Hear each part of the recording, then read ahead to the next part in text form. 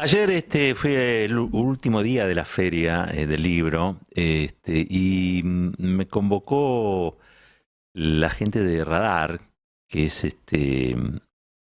la organización que agrupa a todas las secretarías de cultura de los sindicatos del país, tanto de la CTA como de la CGT, a su stand a dar una charla, franqueado nada más y nada menos, invitadísimo y muy regocijado yo también, por dos grandes luchadoras, Angélica Graciano de UTE Cetera y María Laura Torre de la SUTEBA, el gremio docente de la provincia de Buenos Aires.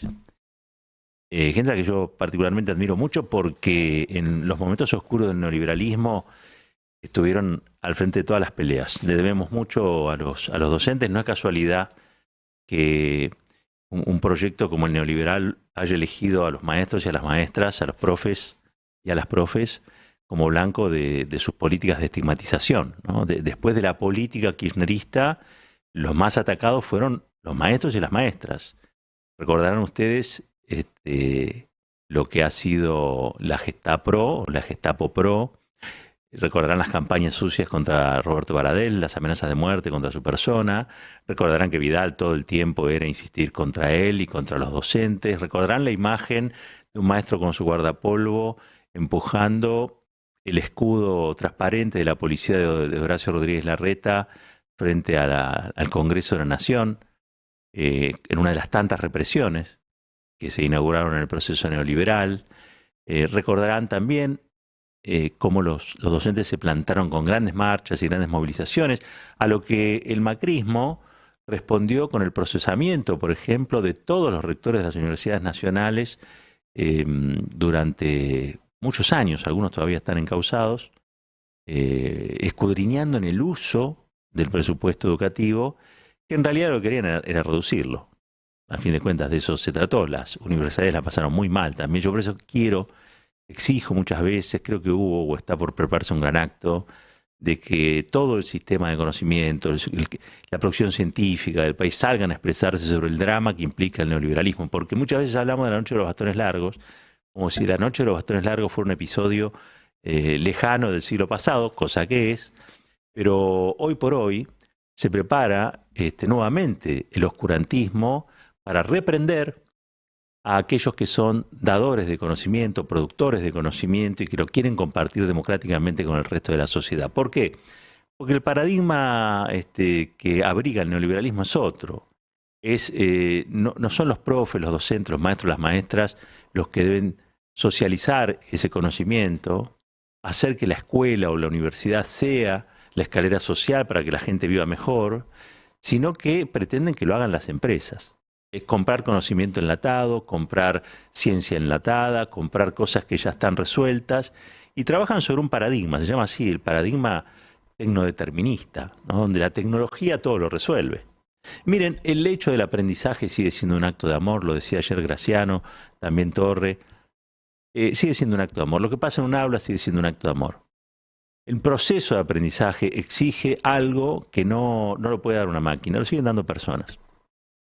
Yo soy un fanático de la tecnología, en el sentido no estricto, quiero decir, me gusta, me parece bien, no estoy en contra de la tecnología porque creo que la tecnología nos ha permitido a la sociedad humana cosas inimaginables y cuando yo hablo de tecnología estoy hablando del teléfono celular, pero también estoy hablando de Leonardo da Vinci, ¿se entiende? O sea, estoy hablando de todo lo que ha sido el proceso de desafío al pensamiento que nuestra especie ha encarado a lo largo de los siglos. Y me parece increíble las cosas que ha logrado y conseguido, y las cosas que está logrando y consiguiendo. Pero la pelea histórica ha sido siempre quién se apropia de ese conocimiento y para qué. Es lo mismo que pasa con la plata. ¿Quién se apropia de la renta y para qué? Bueno, ¿quién se apropia del conocimiento y para qué? Durante la década del 90 se ha naturalizado que el saber o el dominio del destino está en manos de determinados sujetos, ¿no? En una época, hace muchos años, en la Edad Media, en el oscurantismo, si se quiere, el que sabía el destino del mundo era el cura. Hablaba en una lengua que no se le entendía, el latín. Vamos a empezar por ahí. Le daba la espalda al resto de la gente y cuando quería tenía WhatsApp, tenía un chat con Dios. Y Dios le decía, bueno, ñato, vos tenés que hacer esto. La gente decía, el ñato dijo, nos tiramos todo al agua. Y la gente iba, se tiraba al agua. La palabra de Dios, encarnada en ese ñato, era una palabra que no se desafiaba. Estaba el poder de las cosas en esa palabra. Hoy el tiempo ha cambiado. Después de los 90, la palabra que se escucha, o la palabra que tiene el dominio de lo absoluto, o el dominio del futuro incluso, es la palabra del CEO.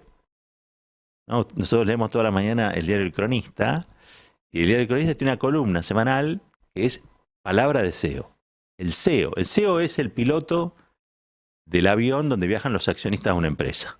Es un empleado recontra jerarquizado, hasta que después capaz que mete 2 o 3 buenas campañas, 2 o 3 años donde le hizo ganar plata a la empresa y lo convierten en propietario también o en accionista. Entonces, el CEO, por ejemplo, Mañeto era el CEO de Clarín, hoy es uno de los dueños también, pero era el CEO de Clarín. Y así hoy el CEO ocupa ese lugar de autoridad, porque el CEO representa la autoridad de las empresas. Se nos ha metido en la cultura, esto tiene que ver con la cultura neoliberal, que las empresas son mejores que el Estado proveyendo servicios. Esto viene, obviamente, de lo que fue esa reversión, esa revolución a la inversa, que fue la década de 90 en Argentina, donde, producto de la fantasía del uno a uno, descapitalizamos al patrimonio nacional, el patrimonio público, nos volvimos más pobres como país, más dependientes como país, más colonia, si se quiere, pero por el otro lado, durante 6, 7 años, 10 años, qué sé yo, un montón de gente supuso que un peso era un dólar. 10 años, una década en la vida de las personas no es poca cosa. Pero también sabemos ahora que eso estalló por los aires. Estalló por los aires en el 2001. Porque las fantasías un día se acaban. Hay algo que se llama realidad que rompe el conjuro en algún momento. Y la fantasía pasa a ser eso, una frustración. Y lo que queda es la realidad de lo que sos. Quedaste con un país más endeudado, un país más pobre, mucho más desigual, con excluidos. Hoy Clarín todavía se espanta de que haya pobres en la Argentina. Y sí, la exclusión social llegó con los 90, de la mano del CEO y de la racionalización empresaria, que reemplazó al militante y reemplazó, como emisor con autoridad, reemplazó a la política también en un punto. Por eso llegaron los Macri a la política, como CEO. ¿No? Llegaron un montón de personajes que en realidad eran buenos en cosas que no tenían que ver con administrar el Estado. Así estamos, o así estuvimos hasta que llegó Néstor Kirchner. Pero ¿por qué la columna de hoy se llama El País Google? Miren, nosotros estamos haciendo ahora, pasando de ese capitalismo donde el CEO funcionaba haciendo grandes negocios porque piloteaba el destino de los fondos de inversión, etcétera, etcétera, a otro capítulo en el capitalismo moderno, que como sabemos y como dice Cristina, es el sistema de producción y servicios que sigue existiendo más eficaz. No hubo otros que pudieran modificarlo, pero que sí hay una disputa al interior del capitalismo sobre si el capitalismo lo manejan los mercados con un grado de autonomía frente al Estado, o el Estado sirviendo a ese grado de autonomía de los mercados, es decir, de las empresas, o si es el Estado el que se arroga la competencia y la direccionalidad que tiene que tener la empresa, que tiene que tener la producción en una sociedad capitalista, esa producción de bienes y servicios. También está la discusión sobre si la tecnología la tiene que administrar el Estado, producir, administrar, enfocar el Estado, o lo tienen que hacer los privados. Los privados, ojo, en todo lo que se llama inversión y desarrollo, en I+D, ponen mucho dinero. También reciben muchos subsidios del Estado. El Estado también, acá tiene el INTI, el INTA, el CONICET. Nosotros ponemos un montón de plata en desarrollo del conocimiento, que lo apropian los privados la mayoría de las veces. Y después los privados que se apropiaron de ese conocimiento que genera el Estado te lo quiere vender recontra caro a vos. Y te dice que el Estado no sirve para nada y lo que sirve son los privados. No. Cuando ellos te dicen que lo que sirve son los privados, en realidad lo que están diciendo es que quieren hacer negocio con tu plata. Es la forma en que los que saben hacer negocios hacen negocios. No hacen plata con plata propia, hacen plata con plata ajena.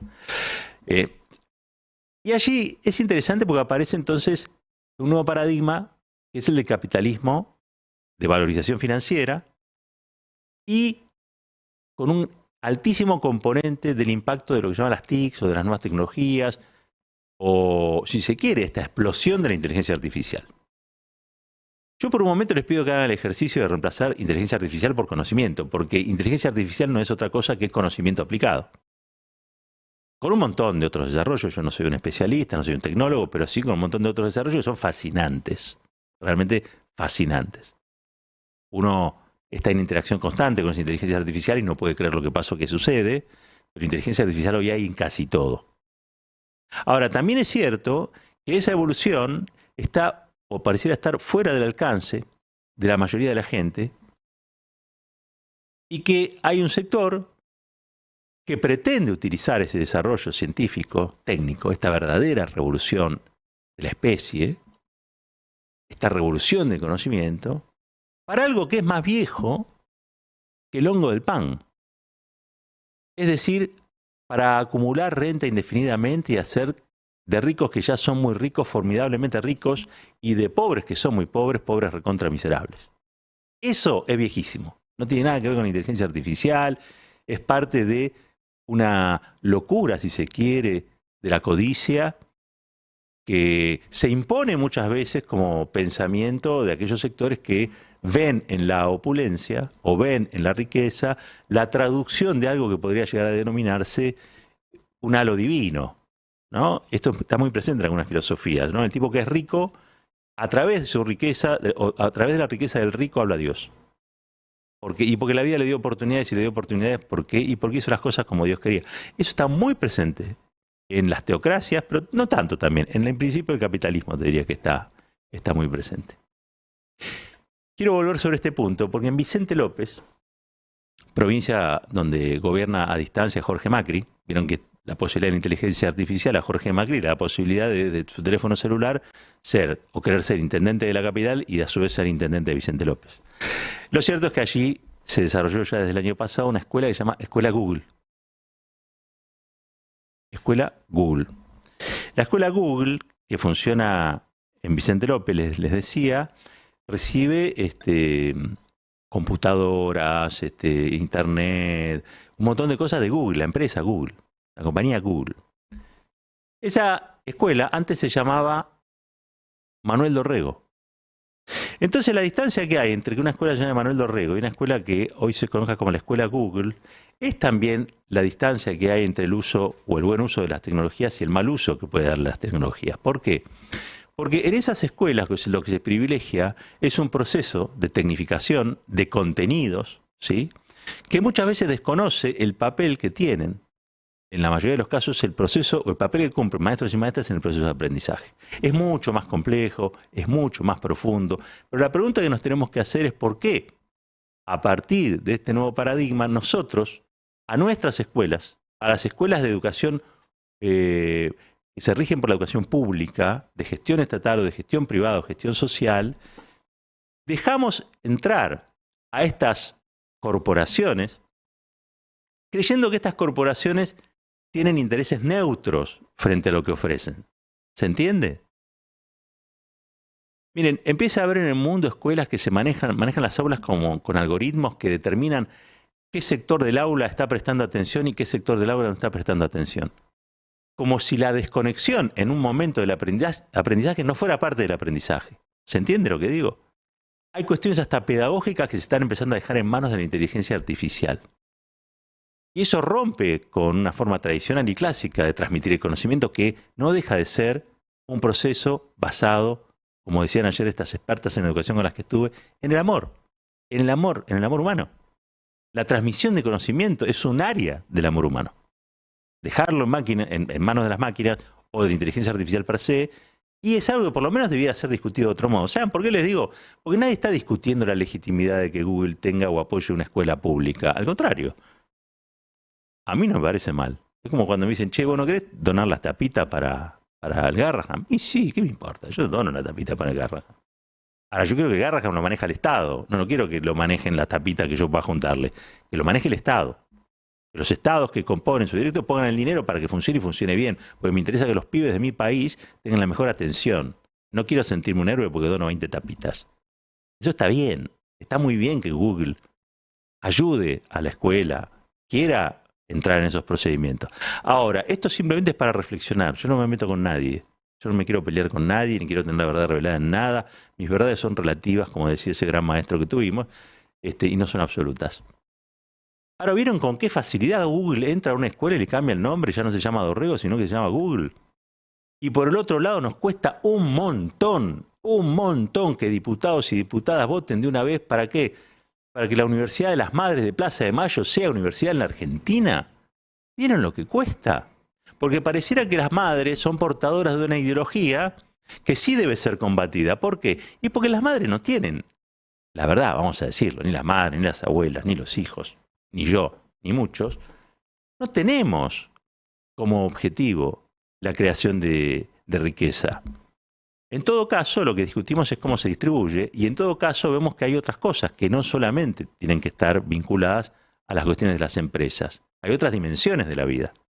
¿Son importantes en el sistema de producción y servicio capitalista de las empresas? Sí. ¿Hay que tener discursos antiempresarios? No. ¿Es todo lo que vale en la vida? Pero por supuesto que no. La memoria, la verdad, la justicia, el amor, el sentido de comunidad, la felicidad, son todos conceptos muy humanos, a los que la inteligencia artificial se asoma. Por supuesto que sí. El único riesgo es que la inteligencia artificial casi siempre está generada con un sesgo. Es el sesgo de quien la genera. Y con esto termino. Hay una justicia en los Estados Unidos, en el Poder Judicial, en algunos sectores se implementó un programa por el cual los fallos judiciales los determinaba un algoritmo. Claro, uno piensa y dice, está muy bien eso, porque a fin de cuentas, mató, le escupió el ojo, le da 25 años. Y el algoritmo, le metían la información, el algoritmo decía 25 años, ¿viste? Como cuando vas al estacionamiento, entonces le das el ticket, apretás un botón y dice, tuvo tanto tiempo, tanta plata. Bueno, muchos se entusiasmaron con eso. Después se dieron cuenta que la mayoría de las condenas las recibían aquellos que eran de una etnia en particular, los afro, ¿sí? Los afroamericanos. Y después se empezaron a investigar y se dieron cuenta que en realidad el problema que tenían con el algoritmo era genial, pero el que había inventado el algoritmo era un poquito nazi. Entonces le había puesto a ese algoritmo todo su prejuicio, toda su carga prejuiciosa. Por eso es interesante hablar de memoria, de verdad, de justicia, de igualdad, de felicidad. Hay que seguir hablando de las cuestiones que hacen y producen cultura, porque es a través de esa cultura que nos vamos a defender de aquellos que nos quieren vender neutralidad cuando no la hay. No es lo mismo tener un país que un país Google. No es lo mismo tener una escuela que se llama Manuel Dorrego, con lo que implica el nombre de Manuel Dorrego, que una escuela que se llama Escuela Google. No es lo mismo que haya dentro de las aulas maestros y maestras, ¿sí?, de carne y hueso, que nos enseñan a luchar y a soñar y a resistir, que tener un algoritmo, ¿sí?, que representa nada más y nada menos que abultadísimas cifras de acumulación de renta en algunas corporaciones a las que nosotros queremos que le vaya bien, pero más queremos que nos vaya mejor a nosotros. Un país unido por la radio.